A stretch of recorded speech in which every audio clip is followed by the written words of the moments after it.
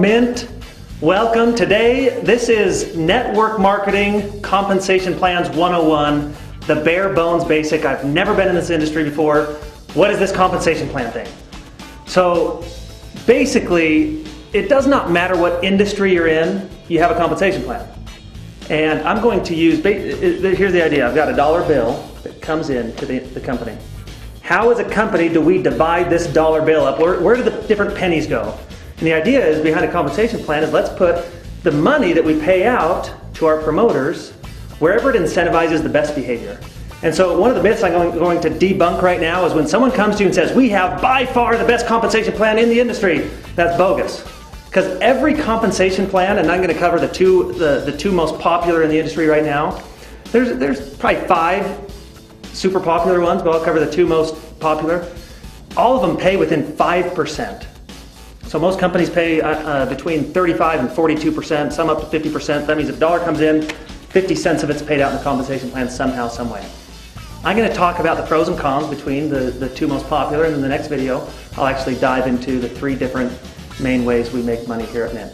So for my example, I actually want to talk about door-to-door sales and tell you why there cannot be a perfect compensation plan. So in door-to-door sales, I'll use the example of the manager goes out and recruits the salesman. And let's say we're selling DirecTV. If I'm selling DirecTV and it's $100 every time, as a company, we make $100 every time an account is sold. We have to figure out how are we going to split that $100 up between the manager and the salesman. Well, if I'm a really, really good manager, I want 99 to go to the manager and $1 to go to the salesman. If I'm a really good salesman, I want 99 to go to the salesman and $1 to go to the manager, right? And then what happens on top of that is then you have regional managers, and those regional managers are in charge of the managers, and so you got to have $2 going there, and so, I mean, it's complicated. Really, the basics are it's a super complicated mathematical algorithm to figure out how to divide up the dollar bill. And I'm going to talk about 2 of the most popular in the industry compensation plans, and about something called breakage that you should know about. So in a binary, a lot of pros and cons here. The con is I can't stand when people think they can get involved in this industry and it's sort of the lottery feel, where my upline is going to build my entire team. And we don't want those people. We want people that can step in and see this as a business and build their own business. So it's a pro and a con, but in the binary, it has something called sling, where yeah, you get benefit from what your sponsor, or the group that brought you in, does. It's a good thing and a bad thing. I do like the team approach, that as good as the team does, as good as everybody does. So there's pros and cons there. One of the pros is it's unlimited depth. So you can drive a team down. It does not matter how deep it goes. So if this is me and I get started and I bring 4 guys to the table, these are my core 4, I get them started. As soon as I plug in my first 2, I only have 2 legs, 2 teams.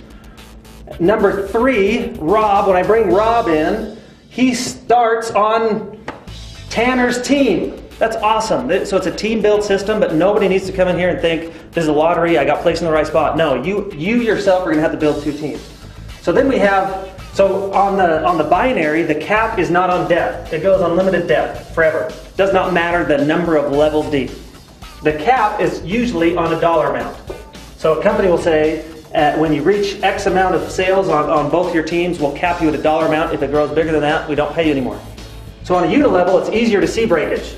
So a unilevel usually pays on levels. So this would be level 1. If this is me, and I bring in my core 4 right here, this would be considered level 1. Level 2 is anyone that this guy brings in, or this guy, or this gal. Level 3 would be anyone that this guy brings in. Level 4 is down. I mean, so you can see that these are actually built on levels. And most companies, around level 5, 6, up 9 levels, whatever it is, they cut it off and say anyone that comes into your business after those levels, that's breakage right there. So breakage happens on levels here, it happens at a dollar amount over here.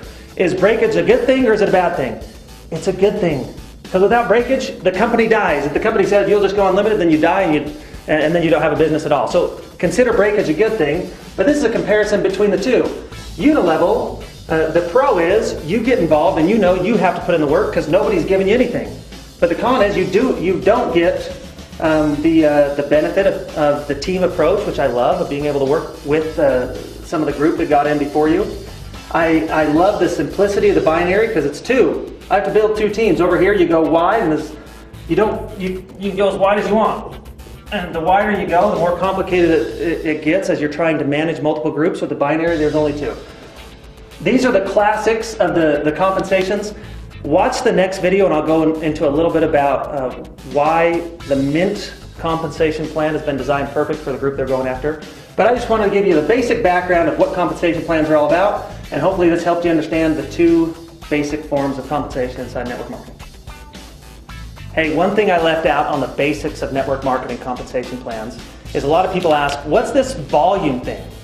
Like I get paid, so for example, here at MYNT we have the energy drinks cost $59, but you get 50 PV. What's PV? That stands for personal volume. Why do you get paid on volume and not just on the total dollar amount or sales that happens in your organization? Well, the reason is this. We're planning on being a global organization. And when you go global, what happens is if we go to Japan, you can't say, okay, well, if a case of energy drinks costs 59 here, then it's over there, and then we're going to change whatever.